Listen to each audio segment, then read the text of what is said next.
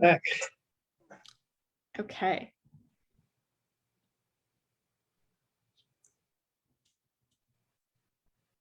Okay, so now that we have Bill back, I will just go over a few housekeeping guidelines. So thank you so much today for joining us for our virtual talk. Please keep yourselves muted throughout the whole presentation. And if you have any questions or comments, please type your questions into the chat box at the bottom of the screen. Our speaker will be happy to address any questions or comments at the end of the program. If you're joining us over Facebook Live, welcome to you as well. Our Facebook audience can also ask questions using the comments section on Facebook. We will be monitoring those comments and answering those questions at the end of the program as well. Please note that this talk is being recorded and streamed live and will be posted to our social media channels once the talk is over. If you would like to rewatch this talk or watch previous virtual tours and talks, please check out our YouTube or our Facebook pages. I'm excited to introduce to you our speaker, Bill. He's giving a talk today entitled The Golden Age in Spain. So with that, I'll hand it over to you, Bill. Thank you. Good morning, everyone. We'll start talking about the Golden Age in Spain. Here we have the two Spanish paintings that belong to the Timkin, Christ on the Cross by Murillo, and the Penitent St. Francis by Zurbarán. And so let's move on. Okay, now the only reason for showing these is to talk about the difference between Renaissance painting and Baroque. If it sounds like I don't know my dates, remember Spain came late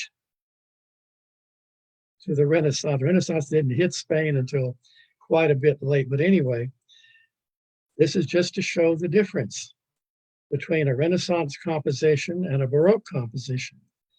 Notice on the left, we have La Belle Jardinière by Raphael. Actually, the painting was finished by Ghirlandaio. And notice that for Renaissance, the composition seeks harmony, equilibrium, and balance. You have a triangular composition here, and the sides of the triangle point right up to the Virgin Mary's face. Now on the right, we have a painting by Zurbarán. This is, of course, at the San Diego Museum. Notice the composition is different. It's diagonal, and it is centered around an incident that triggers motion.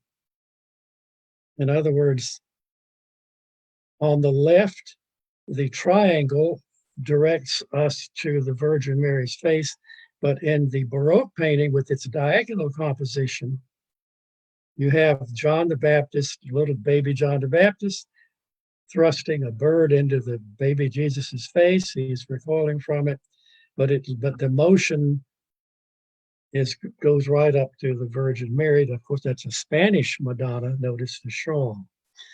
The European goldfinch is a symbol of the crucifixion. The baby is recoiling from it. So let's do a little bit of history. I have to admit, I know more about Spanish history than I know about Spanish painting, but we'll get along as well as we can. Next slide, please. Now here we have two lists. One, the House of Austria. That was a foreign dynasty. We're going to talk about how that happened. And then we have some from the literary side. Now, let's start with somebody that we've heard of, Fernando and Isabel, or Ferdinand and Isabella. They were known as Los Reyes Católicos, the Catholic monarchs. Let's remember, Isabel was a reigning monarch in her own right. She was the crowned queen of Castile and Leon. Fernando was the crowned king of Aragon y Catalunya. Spain at that time was actually two separate countries. They of course worked together because the crowned monarchs were married. But remember, as a matter of fact, Isabel was crowned queen of Castilla Leon before Fernando was crowned in Aragon. Now, another name we know, Catherine of Aragon, was the daughter of Los Reyes Católicos. She had a sister, an older sister named Juana de Castilla. She was married to Philip the Fair, Duke of Burgundy. He was from the House of Austria. That's how the House of Austria got into the picture in the first place. So, Catherine of Aragon's sister married into the House of Austria, and she had a son who became Charles I of Spain. Now think about it. Catherine of Aragon's daughter, Mary Tudor, who, by the way, was the first queen regnant of England, was Charles's cousin. In other words, their mothers, Charles's mother and Mary Tudor's mother, were sisters. So here we start off with Charles I, who became the Holy Roman Emperor in 1519 because his father was the son of in other words, Charles's paternal grandfather was the Holy Roman Emperor Maximilian, and then Philip the Fair had died, and so Charles then became the Holy Roman Emperor. You can imagine, now let's look what's happening to France. France now finds itself caught between the same ruling house in Spain and on the other side in Germany. So Charles V spent most of his time fighting three things: the French, the Protestants, and the Turks. And the same thing for Philip II. Philip II did the same thing. Philip III, a non-entity, turned his government over to a favorite, the Duke of Lerma, El Duque de Lerma. Philip IV did the same thing, turned his government over to El Conde Duque de Olivares. And Charles II was so inbred he couldn't function at all. He left no issue. And he, in his will, left the kingdom to the grandson of Louis XIV. What? How did Louis XIV get involved? Well, think about it. Louis XIV's mother was Philip III's daughter, and Louis XIV's wife was Philip IV's daughter. That's the French connection. And then down below, we have writers. Miguel de Cervantes, everybody knows what he wrote. He wrote about Don Quijote de la Mancha, and that was, became part of world literature. Luis de Góngora. Góngora is kind of strange. He lent to the English language the word gongorism, which means poetry that's very, very convoluted and hard to understand.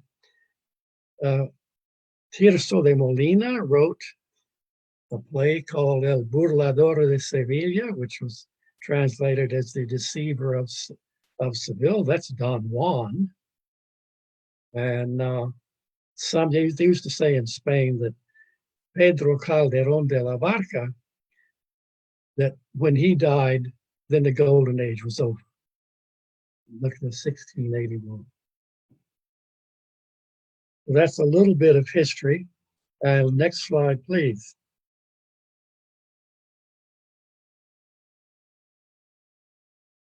This is the monument that Philip II erected after a famous battle against the French, the Battle of Saint-Quentin. The French poet Théophile Gautier wrote a poem about it in which he said it was a mad debauch in granite by Spain's Tiberius. I don't get that connection. I've heard Philip II called the John Calvin of Catholicism, I don't understand the connection to the to Tiberius. Anyway, that building right there, it's right north of Madrid. It was the largest, it is the largest Renaissance building in the world. And of course, we all remember Philip II. What did he do? Philip II sent the invincible Armada against England. It's sort of a 20,000 colleagues under the sea moment. Now, he sent the fleet up to the English Channel, hoping to load out troops from Flanders and invade England. They were harassed, of course, by the British ships, but in the end, a great storm came and just blew the whole thing away, literally. They had to get back to Spain by going all the way around north of England and back down.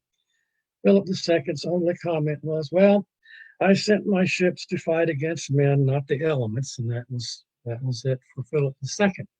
Next slide, please. I just put this in as a thing about Don Quixote. You know, one of his most famous episodes was with the windmills. So there's a wind farm with a sign, nobody, no one is to be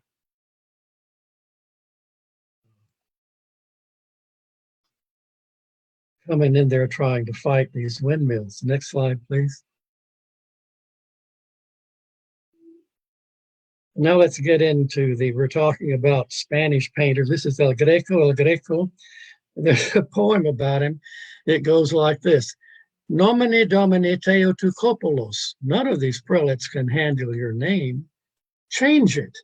Appeal to their Hellenophilia. Sign it El Greco. I'll slap on a frame. Now, he'd never signed anything El Greco signed in Greek, but the point of showing this is that an emphasis on meditation about the vanity of life was characteristic of the Counter-Reformation, and it imbues religious thought in the latter 16th century. And El Greco's new images of St. Francis meditating on death responded to this emphasis and became the prototype for those painted by Zurbarán.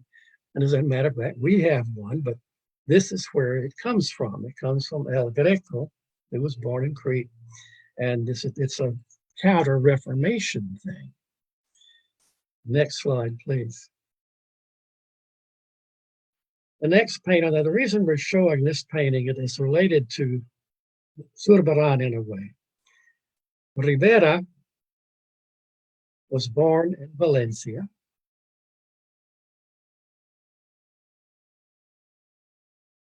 And he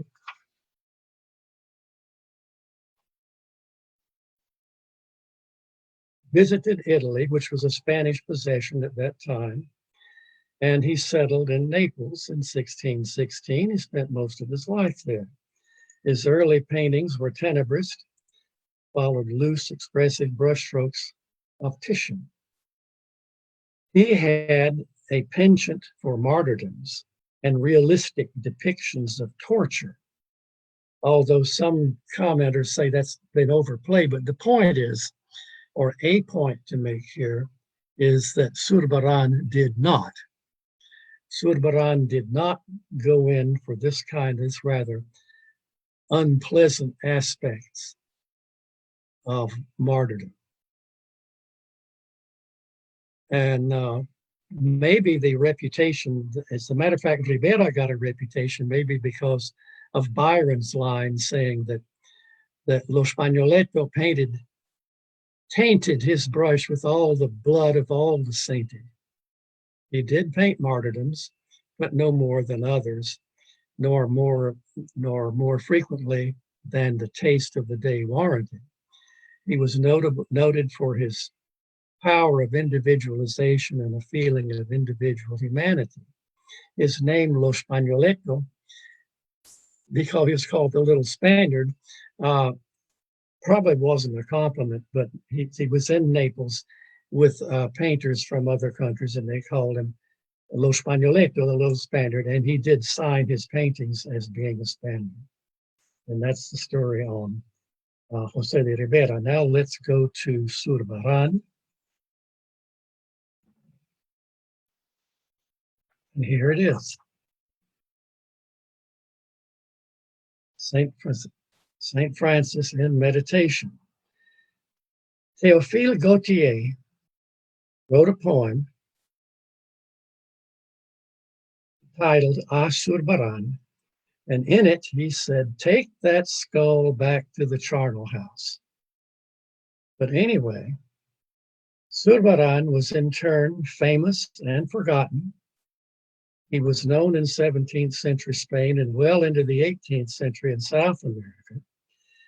His discovery outside of Spain was due to French generals in Napoleonic Wars.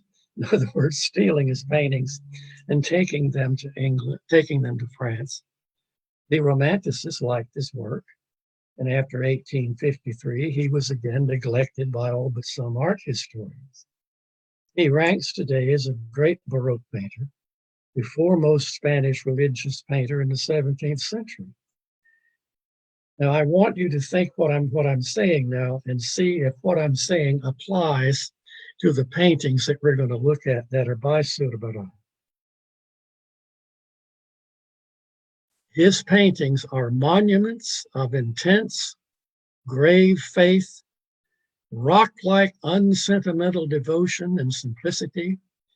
The figures are solidly modeled like statues, manly faith, ascetic simplicity, disciplined order, bold use of deep colors, tenebroso lighting, single standing figures, a fusion between the medieval and Baroque.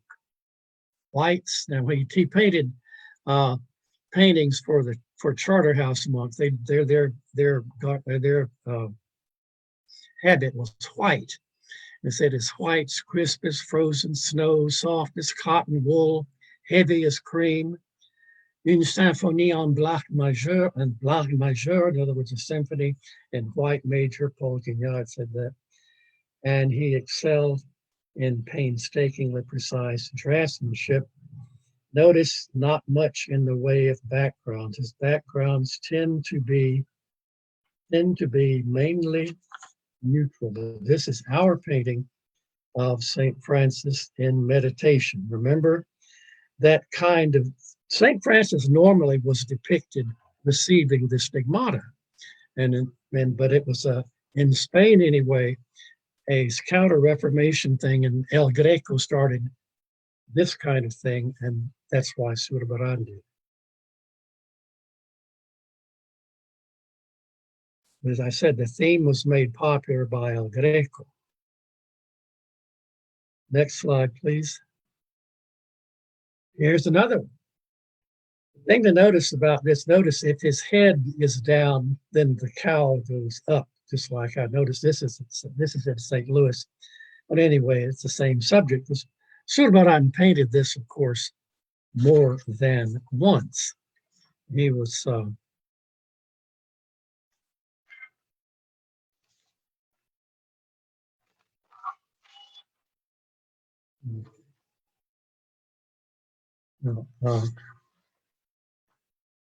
next slide, please.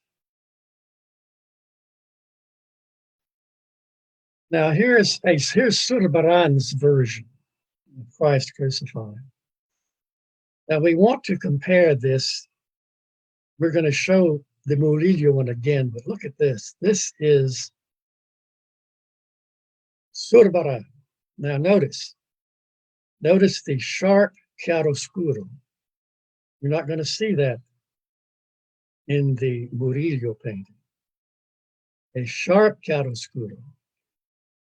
And again, what I'm saying, see if you agree with what I'm saying about this.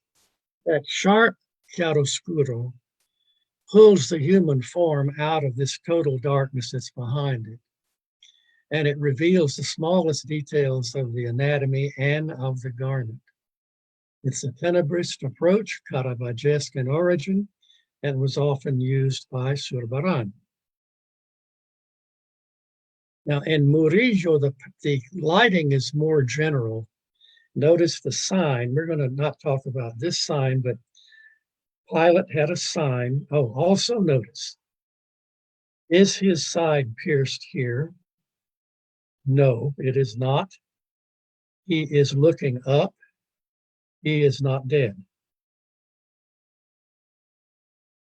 Count the nails, because we want to compare this with the Murillo crucifixion that we're going to see in a minute.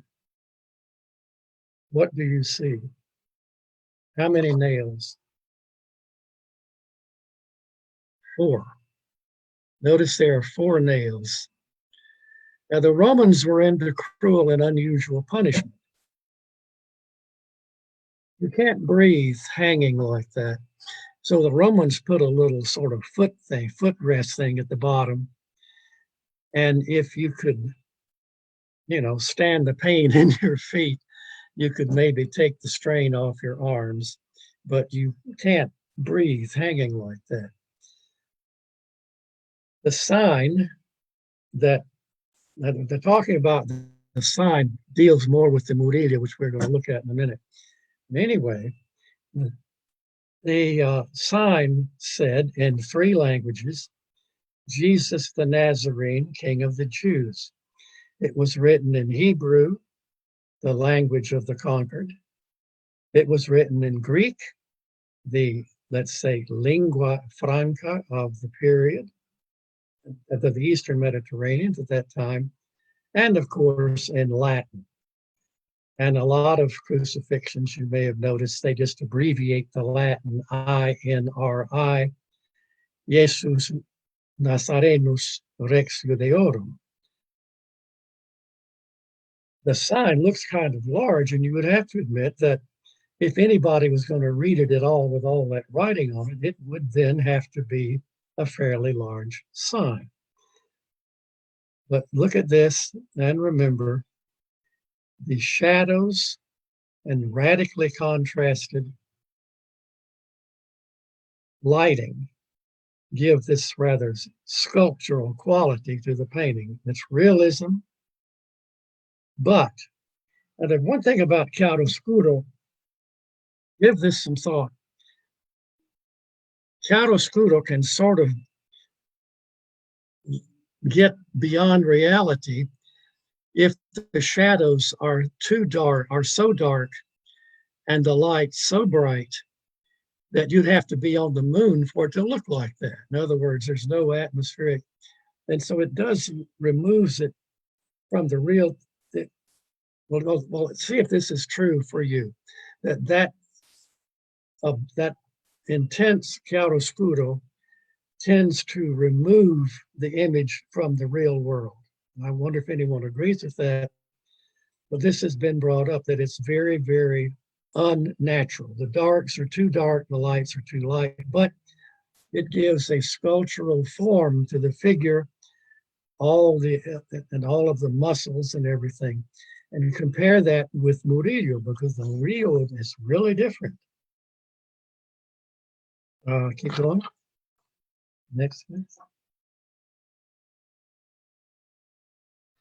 Now, we did say, did we not? I want to repeat what in other words,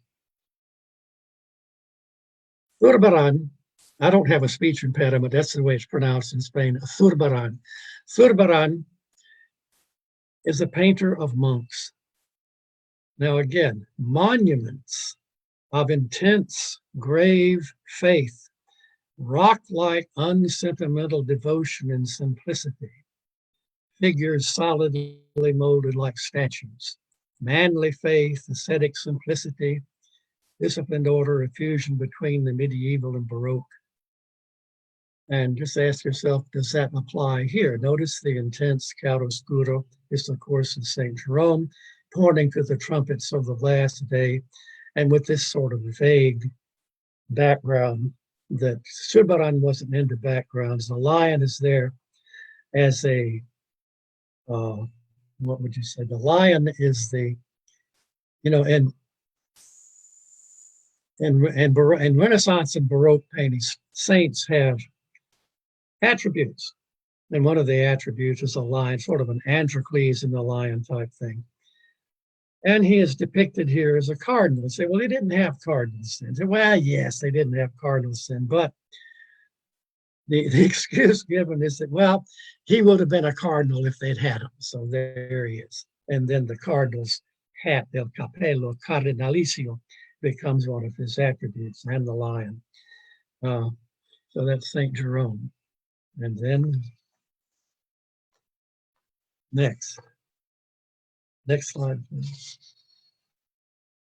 Here's the Murillo. Something's gotten out of order here, right?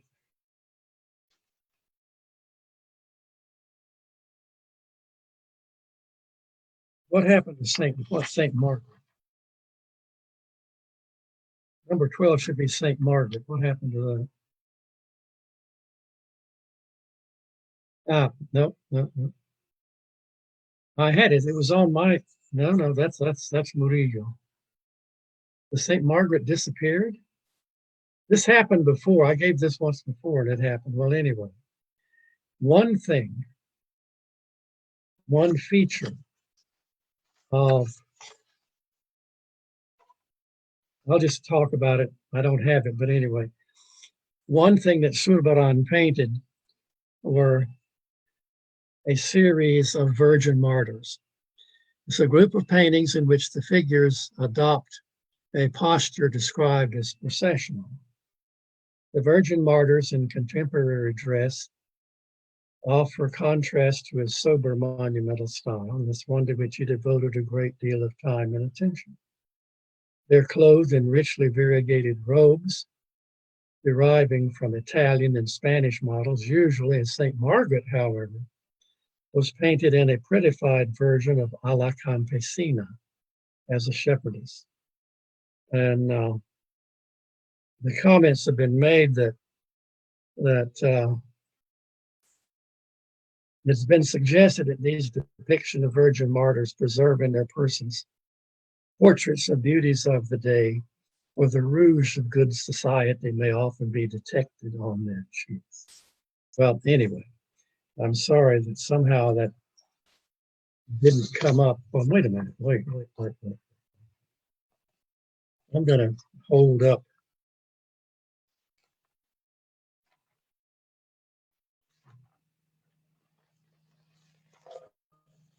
Can anyone see this?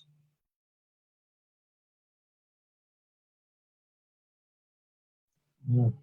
Yeah, I can. Yep, I can see it, Bill. That's St. Margaret. That's about as big as I can get it. St. Margaret of Antioch.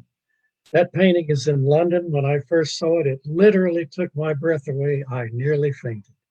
Okay, back to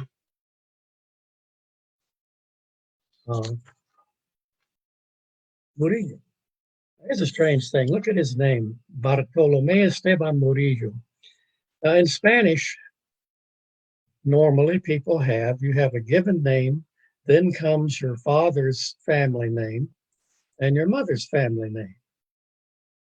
You say, well, how does that apply here? You say, well, his name was Bartolomé Esteban Murillo. Well, if what I said is true, then Esteban must be his father's family name. And that's true. Murillo, however, is his maternal grandmother's name. Wait. What you skipped one? I don't understand. Well, here's the way this works in Spain. Picasso, for example, his name was Pablo Ruiz Picasso. And he even signed some early paintings, Pablo Ruiz Picasso. However, if the name like Ruiz, which is as common as Smith or Jones, he doesn't leave it out. And the same thing happened. Miguel Bosé is a Spanish actor. I don't know anything about him now, but he was his father's name was Dominguín. And Miguel Bosé used his mother's name because he said, I can't call myself Miguel Dominguín. He was a famous bullfighter, so he picked his mother's name. Well, it turns out that Bartolome Esteban's mother's name was Perez Murillo. Perez is one that's a real common name, so they just dropped it and picked Murillo. But it looks like Murillo is his last name, and it isn't. His last name is Esteban. It's his first last name anyway. Now, if you compare this with the Zurbarán, there's more in the background. We see the skull down at the bottom. Notice no wound in the side. Count the nails. How many nails do we have? 3. The nails in the Zurbarán, there were 4. But here we only have 3. Now the 4 is an older representation. An older representation of it. And notice the chiaroscuro is different here. The figure is not as sculpted as Zurbarán's was. The lighting is more general. Okay, so Murillo was the most prolific and successful member of the Seville school. His characterizations are natural and human. And compare this, if you can remember what the Zurbarán looked like, is this one more natural and human or not? His real life subjects are painted with charm and vigorous realism. It's hard to talk about charm in a crucifixion, but I mean, at least compared to the Zurbarán, it's hard to say charmed or for, but anyway, the vigorous realism without any glorification of sentimentality. Does that seem true? I hope it does. Now, he was born in Seville, spent most of his life there, working mainly for religious houses. Well, Zurbarán too. He was brought up in the naturalistic style of painting then prevalent in Seville and is said to have been familiar with the works of Van Dyck and Rubens. Well, how was that? How was he familiar with Van Dyck? I mean, he'd never been to England or anything. So, well, I don't know, prints maybe, or exhibits. It's not known, but it says the. As a matter of fact, it's really strange. If you compare this painting's in the Timken. If you compare the skin tones with this painting in the Timken, and then go and see there's a painting in the, or it was in the Flemish, in the Dutch Flemish gallery of Lady Villiers, the skin tones look similar. I think that may be just a coincidence, but anyway. So the naturalism and chiaroscuro of his early works, painted for the Franciscans, made his name and anticipate to a certain extent a new type of genre, which he introduced later in his pictures of poor children, which, by the way, seem to be rather popular now. And we will see one after we get through this rest of it. Okay. Now, in his religious paintings, he appealed to the popular imagination, which Zurbarán did not do. But anyway, to the popular imagination of the time with his idealized treatment of subjects such as the Immaculate Conception, which he painted many times. As a matter of fact, right behind my head, there's a reproduction of one of his Immaculate Conceptions. He had by now moved away from the naturalistic manner in which he had been trained and developed a greater transparency of color and soft, rounded outlines. Now, it's especially that. Soft, rounded outlines as compared, say, to the Christ on the cross by Zurbarán. And the sweet expressions and graceful attitudes. And even here, I mean, it's hard to talk about, charm and the sweet, but compared to Zurbarán. But anyway, this anticipates the Rococo of the 18th century. And next painting, next slide, please. And there she is. One of many. This is it says De los Venerables. It's in Madrid in the Prado. Notice the moon. Here's another thing talking about, well, about the San Diego Museum. The San Diego Museum has a painting by Goya, which is called the Marqués de Sofraga. And in that painting, he is wearing a sash, and it's blue and white. And the sash means that he belongs to the order of Charles III. Is it Charles III? Who's that? Remember, in the history of Spain, when we got down to the end of the row, or the end of the line, was Charles II, who died childless and left his throne to Louis XIV's grandson. And then there was a war about it, the War of the Spanish Succession. And yet, in the end, Spain ended up with a Bourbon king. In other words, that was Philip V. Philip V, and later on in that century, in other words, the 18th century, the comment was made that the Bourbons family had not done very well. Most had lost their thrones, if not their crown, except in Spain, you still had a Bourbon dynasty. And they're talking about Charles III and Charles IV. They were Bourbon kings, and the statement was made, yes, King of Spain, by the grace of God, according to the money of the period, the hard coins, and by the grace of Napoleon, according to the newspapers. And remember, even the King of Spain today, who is he? It's Philip VI of Bourbon. But the point is that order of Charles III, which was blue, white, blue, this is where the colors come from, because Our Lady of the Immaculate Conception was the patron of that order, the order of Charles III. That's where the colors come from the Immaculate Conception. Because remember, the Virgin Mary is normally depicted as wearing a red gown or dress, or whatever you want to call it, and it's blue cloak, which is sort of the reverse of what they are in the icons.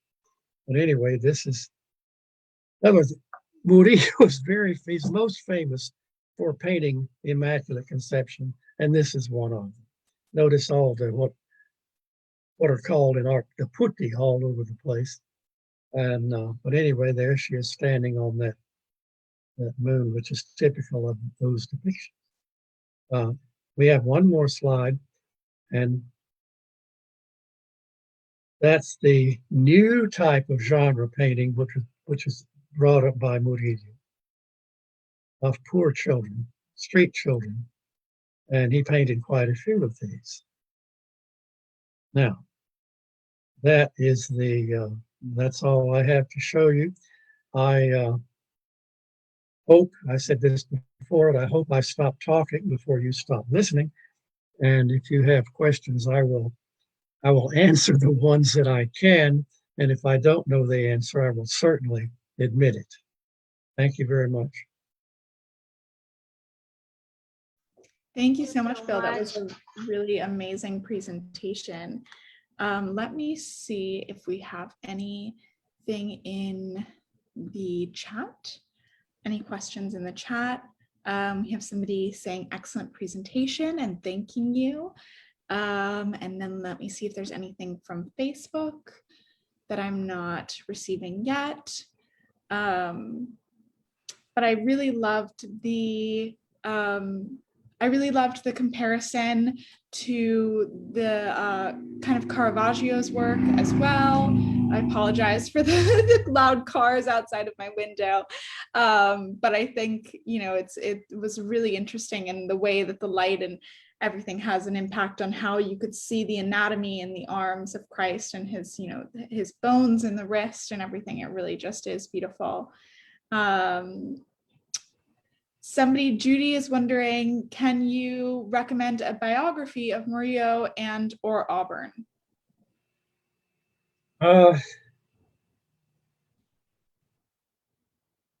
Yes, but let's see. I am obviously unprepared.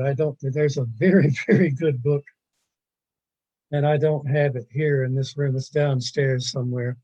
I can pass it on to Blythe, but I don't have it handy right at the moment. But there is a very good book about this subject, and I'm very sorry. I'm so unprepared. I don't have That's okay. No worries. I was going to mention it. If Judy, if you wanted to, in a private chat message to me, you can send me your email and I can forward that to you. Yes, that's perfect. You can contact that and we will let you know when Bill finds the title of that work that he's talking about. And then we have another question, Bill, about the meaning of to repeat the meaning of the 3 nails in the Murillo Christ painting. Okay, this is a strange subject. I mean, in other words, there's an awful lot of discussion about how to depict the crucifixion. I mean, is it, and there's just all kinds of, do you do this, do you do that? The older version had 4 nails, and the reason for that was that someone claimed that for people who had, actual living people who had received the stigmata, you could see the print of a nail head in both feet. That was the reason for 4 nails, because if you can see the imprint of the nail head in both feet, that would mean there were 1 nail for each foot. Later on, it was discarded, and it had to do with the fact of the 3 wounds, of 5 wounds. Something about the number 5. In other words, hands, feet, but that would be 3 because there are 3 nails. 3 nails represent the Trinity and all that sort of thing, all this symbology. In other words, the wound in the side and the crown of thorns, but mainly because 3 nails are like the Trinity. And so the older version, and of course, the Zurbarán painting is older than the Murillo. But that's the reason given, that it was a matter of wanting to have 3 nails to represent the Trinity. And it's like this thing, and the thing about, another thing about the Raphael, for example, it is said by some commentaries that the crucifixion is remember, Mary's holding a book in that painting. And some commentaries say that, well, that book, that mentions the crucifixion. And another thing about, remember those 2 paintings of the same subject, Madonna and Child with John the Baptist, did you notice that Mary's head is higher than Jesus's and his head's higher than John? In both paintings, it's that way. In other words, 2 paintings that are, in other words, the composition is totally different. One is, this basic stable triangle, and the other is a diagonal, and it's centered around an incident that triggers motion. But still, there must have been some kind of rule. You couldn't put John the Baptist's head higher than Jesus, or all these things are involved in that. And that's as much as I know about the nails. And they wanted it to be 3 nails for the Trinity.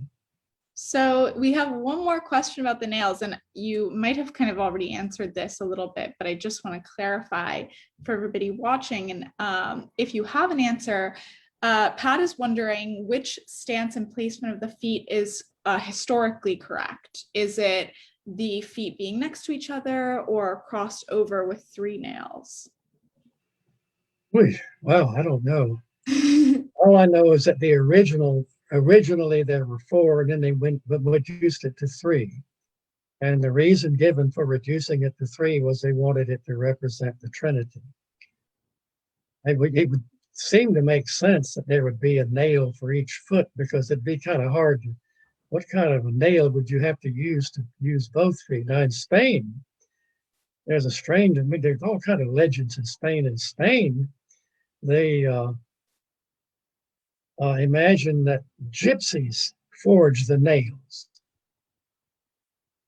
And there's a poem by Antonio Machado that says that the gypsies, ¿Quién me presta una escalera para subir al madero, para quitarle los clavos a Jesús el Nazareno? And so who will give me a ladder to go up on the cross and pull those nails out from Jesus the Nazarene? Is that the gypsies saying that? Because the legend was that they had forged the nails. And they're all kind of, it's really amazing because there are all kind of references to these paintings. Even Spanish literature is very traditional, and Antonio Machado's brother Manuel Machado wrote a series of poems about paintings by Velázquez. We didn't talk about Velázquez because we don't have any paintings by him in San Diego, but he said, that one painting of one of Philip IV's daughters was talking about, the decay of the Spanish Empire. It says,